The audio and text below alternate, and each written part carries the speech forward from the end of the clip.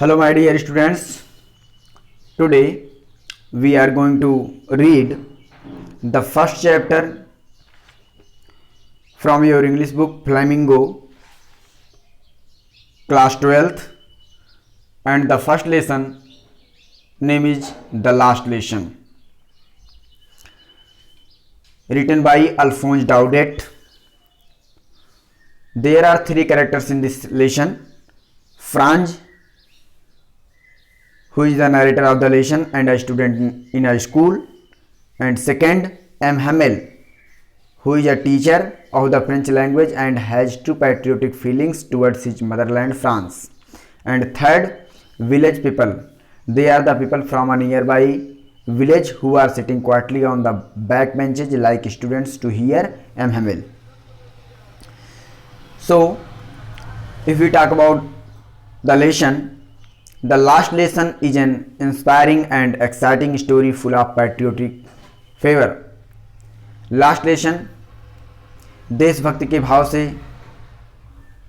भरी हुई एक प्रेरक और उत्तेजित करने वाली कहानी है. The narrator of the story is a student of M Hamel who teaches French at a school in the territory of Alsace-Lorraine. कहानी का वर्णन करने वाला एम हेमेल का छात्र है जो अल्सास लॉरिना के क्षेत्र के एक स्कूल में फ्रेंच लैंग्वेज पढ़ाते हैं. Which has been occupied by the Persian forces, जिस पर पर्सियन सेनाओं के द्वारा अधिकार कर लिया गया है. In the story, the teacher gives the lesson that let our object be our country, our whole country and nothing but our country. इस कहानी में शिक्षक हमें यह सबक देता है कि हमारा लक्ष्य हमारा देश होना चाहिए, हमारा संपूर्ण देश होना चाहिए और देश के सिवा कुछ भी नहीं होना चाहिए. For him, French is the most beautiful language in the world. उसके लिए फ्रेंच संसार की सबसे खूबसूरत भाषा है. When a people are enslaved, as long as they hold fast to their language, it is as if they had the key to their prison. जब किसी राष्ट्र को गुलाम बनाया जाता है तो जब तक उस राष्ट्र के लोगों में उनकी भाषा, जब तक उस राष्ट्र के लोगों के पास उनकी भाषा पर पकड़ होती है, तब तक यह माना जाता है कि उनके पास उनके कैद खाने की चाबी है. So it is their moral duty that they must guard it among them and never forget it. इसलिए यह उनका नैतिक कर्तव्य है कि वह अपनी मातृभाषा का अपने बीच में रक्षा करें और उसे कभी ना भूलें. At the very end of his lecture in the class, M. Hamel writes on the blackboard thus: Vive la France, which means long live France. अपने लेक्चर के अंत में क्लास में एम हेमेल ब्लैक बोर्ड पर इस प्रकार right कर देते हैं: vive la France, which means long live France. Vive la France लिख देते हैं जिसका मतलब होता है फ्रांस जिंदाबाद. So now let's read the first para of this lesson. The first para: I started for school very late that morning and was in great डीड of a scolding, especially because M. Hamel had said that he would question us on participles and I did not know the first word about them. Narrator कहता है कि मैं उस सुबह बहुत देर से school के लिए रवाना हुआ और मुझे डांटे जाने का बहुत ज़्यादा भय था, और ख़ासकर इसलिए क्योंकि एम हेमेल ने कहा था कि वह हमसे पार्टिसिपल पर प्रश्न पूछेंगे और मुझे पार्टिसिपल का एक भी शब्द पता नहीं था. For a moment I thought of running away and spending the day out of doors. एक क्षण के लिए तो मैंने घर के बाहर जाकर के अपना समय बिताने के विषय में सोचा. It was so warm, so bright. बहुत ही गर्मी और दोपहरी थी. The birds were chirping at the edge of the woods.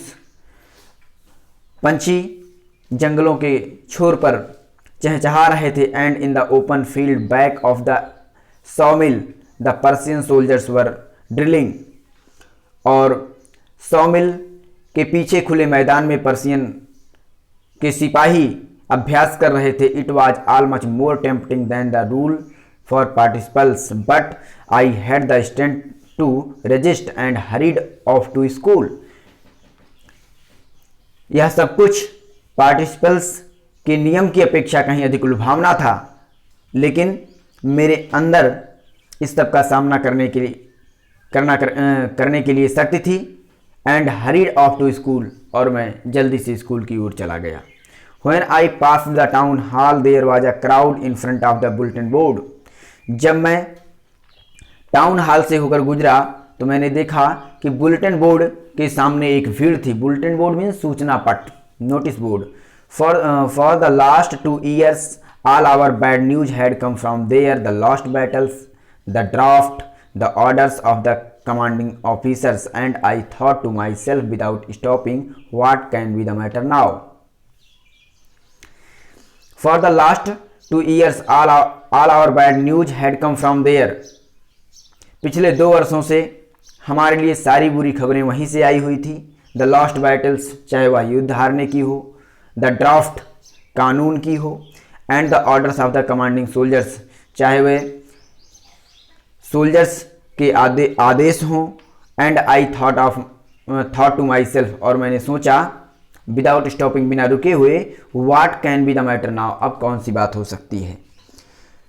Third para, then as I hurried by as fast as I could go, the blacksmith watcher who was there with his apprentice reading the bulletin called after me, don't go so fast bub, you'll get to your school in plenty of time. Then as I hurried by as fast as I could go, फिर जितना जल्दी मुझसे हो सका, जितना तेज मुझसे हो सका, मैं उतनी जल्दी से या उतनी तेजी से गया। The blacksmith watcher who was there, जो वहाँ पर उपस्थित थे, विद हिज अप्रेंटिस, अपने सहयोगियों के साथ, रीडिंग द बुलेटिन, समाचार को पढ़ते हुए, कॉल्ड आफ्टर मी, मेरे पीछे से आवाज़ दी, डोंट गो सो फास्ट बब, छोरे इतनी जल्दी मत जा, you will get to your school in plenty of time, तू पर्याप्त समय में ही अपने स्कूल पहुंच जाएगा। I thought he was making fun of me and reached M Hamel's little garden all out of breath, मैंने सोचा कि वो मेरा मजाक उड़ा रहे हैं, और मैं एम हेमेल के छोटे बगीचे में पहुंचा, all out of my breath, हांफते हुए। Fourth para, usually when school began there was a great bustle which could be heard out in the street, the opening and closing of desks, lessons repeated in unison, very loud, with our hands over our ears to understand the better, and the teacher's great ruler rapping on the table. Usually when school began, सामान्यतः जब school शुरू होता था तो there was a great bustle, काफ़ी हो हल्ला होता था, which could be heard out in the street, जो गलियों में ही सुना जा सकता था, the opening and closing of desks, desk के खोलने और बंद होने की आवाज़ें, लेसन्स रिपीटेड इन यूनिसन, समूह में पाठ को दोहराए जाने की आवाज़ें, very loud, with our hands over our ears to understand better, अच्छे समझने के लिए अपने हाथों को अपने कानों पर रख करके समूह में पाठों का दोहराया जाना, and the teacher's great ruler rapping on the table, और टीचर के बड़े से डंडे का टेबल पर पटकने की आवाज़। But now it was also still, लेकिन अब तो सब कुछ शांत था। I had counted on the commotion to get to my desk without being seen, but of course that day everything had to be as quiet as Sunday morning. I had counted on the commotion to get my desk without being seen, और बिना देखे हुए मैं अपनी desk पर पहुंच जाने के लिए भरोसा था, मतलब मुझे बिना देखे हुए अपने डेस्क पर पहुंच जाने का भरोसा था। बट ऑफ कोर्स, लेकिन वास्तव में that day everything had to be as quiet as Sunday morning, लेकिन उस दिन तो सब कुछ उतना ही शांत था जितना कि संडे मॉर्निंग को होता है। Through the window I saw my classmates already in their places and M Hamel walking up and down with his terrible iron ruler under his arm. मैंने खिड़की से अपने सहपाठियों को पहले से ही अपने स्थान पर बैठे हुए देखा, और एम हेमेल को एक अपनी आयरन की छड़ी को अपनी बांह के नीचे दबाए हुए, अपनी डरावनी लोहे की छड़ी को अपने बांह के नीचे दबाए हुए इधर उधर टहलते हुए देखा। I had to open the door and go in before everybody, मुझे दरवाजे खोलकर हर किसी से पहले ही चले जाना था। You can imagine how I blessed and how frightened I was, आप कल्पना कर सकते हैं मैं कितना शर्मिंदा और कितना डरा हुआ था। Now let's move ahead. But nothing happened, लेकिन कुछ नहीं हुआ। M Hamel saw me and said very kindly, M Hamel ने मुझे देखा और बड़ी विनम्र तरीके से बोले, go to your place quickly little Franz, छोटे फ्रांज जल्दी से अपने सीट पर चले जाओ। We are beginning without you, हम तुम्हारे बिना ही शुरू हो गए हैं। Next para, I jumped over the bench and sat down at my desk, मैं कूद कर अपनी बेंच पर गया और उस पर बैठ गया। Not till then when I had got a little over my fright did I see that our teacher had on his beautiful green coat, his frilled shirt and the little black silk cap all embroidered that he never wore except on inspection and prize days. Not till then when I had got a little over my fright, जब तक मैं अपने भय पर थोड़ा नियंत्रण नहीं पा गया, नॉट टिल देन, तब तक तो डिड आई सी, मुझे तो दिखा ही नहीं, तब तक तो मुझे दिखा ही नहीं, that our teacher had on his beautiful green coat, कि हमारे अध्यापक ने अपने खूबसूरत ग्रीन कोट को पहन रखा है। हिज फ्रिल्ड शर्ट, और अपनी झालरदार शर्ट को पहन रखा है। And the little black silk cap, और छोटी काले रंग की रेशमी टोपी को पहन रखा है। ऑल एम्ब्रॉयडर्ड, जिस पर कढ़ाई की हुई है। That he never wore except on inspection and prize days, जिसे वह केवल निरीक्षण और पुरस्कार वितरण के दिनों के अलावा कभी नहीं पहनते थे। बिसाइड्स, इसके अतिरिक्त the whole school seemed so strange and solemn, कि पूरा स्कूल बहुत ही शांत और अजीब प्रतीत होता था। But the thing that surprised me most was to see on the back benches that were always empty the village people sitting quietly like ourselves. Old Hauser with his three-cornered hat, the former mayor, the former postmaster and several others besides the whole school seemed so strange and solemn.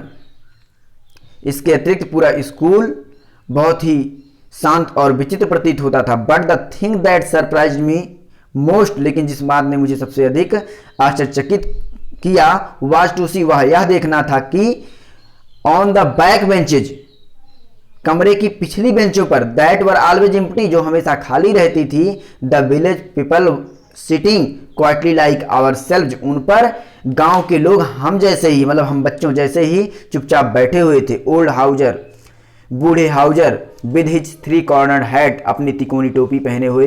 The former mayor, पूर्व mayor. The former postmaster, पूर्व postmaster. And several others besides, और इनके अतिरिक्त भी कई अन्य लोग। Everybody looked sad, हर कोई दुखी जान पड़ता था। And Houser had brought an old primer, और हाउजर एक पुराना प्राइमर लेकर आए हुए थे। थम्ड एट द एज, जिससे किनारे पर अंगूठे का निशान था।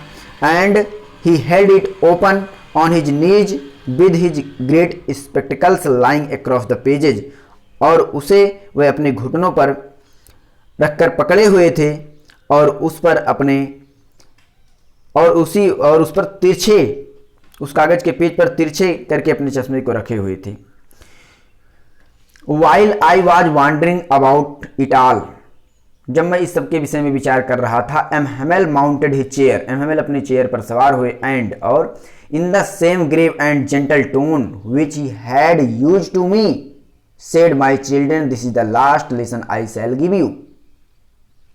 In the same grave and gentle tone, एकदम हूबहू गंभीरता और सभ्य स्वर में, जिस स्वर में वह मुझसे प्रायः बोला करते थे, उसी स्वर में बोल पड़े, my children, मेरे बच्चों, this is the last lesson I shall give you, यह आखिरी सबक है जिसे मैं तुम्हें प्रदान करूंगा, जिसे तुम्हें मैं दूंगा।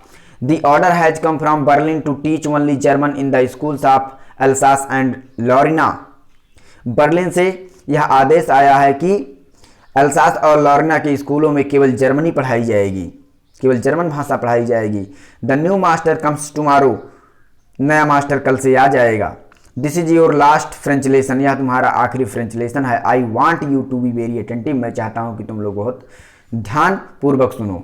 What a thunderclap these words were to me, इन शब्दों का मुझ पर क्या कुठाराघात था। ऑह द रिचेज, अरे अभागे। That was what they had to put up at the town hall, क्या हमारे शहर पर यही विपत्ति आनी थी। माई लास्ट फ्रेंच लेसन, मेरा आखिरी French lesson. Why I hardly knew how to write, मैं तो मुश्किल से जानता था कि कैसे लिखा जाता है। I should never learn any more, मुझे अब कुछ सीखने को नहीं मिलेगा। I must stop there then, oh how sorry I was for not learning my lessons. I must stop there, मुझे वहीं पर रुक जाना चाहिए था। आह अरे, how sorry I was for not learning my lessons, मैं अपने सबक न याद करने के लिए कितना दुखी था। फॉर सीकिंग बर्ड्स एग्ज, पंछियों के अंडे ढूंढना। Are going sliding on the Saar, और सार शहर में स्लाइडिंग के लिए जाना, ये सब कुछ आई मस्ट स्टॉप देयर, तभी रोक देना चाहिए था। My books that had seemed such a nuisance a while ago, मेरी किताबें जो कुछ समय पहले मुझे बहुत ही परेशान करने वाली नजर आती थी। So heavy to carry my grammar, मेरा ग्रामर जो ले जाने में बहुत भारी लगता था। And my history of the saints, और मेरे सेंट्स माने संतों की इतिहास की किताब। वर ओल्ड फ्रेंड्स नाउ, अब हमारे पुराने मित्र बन चुके थे। That I couldn't give up, जिन्हें मैं छोड़ नहीं सकता था। And M Hamel to the idea that he was going away, that I should never see him again made me forget all about his ruler and how cranky he was. And MML too, और MML भी, the idea, और यह विचार, that he was going away, कि वे हमें छोड़कर दूर जा रहे हैं। that I should never see him again, और मैं उन्हें दोबारा नहीं देख पाऊंगा। made me forget all about his ruler and how cranky he was,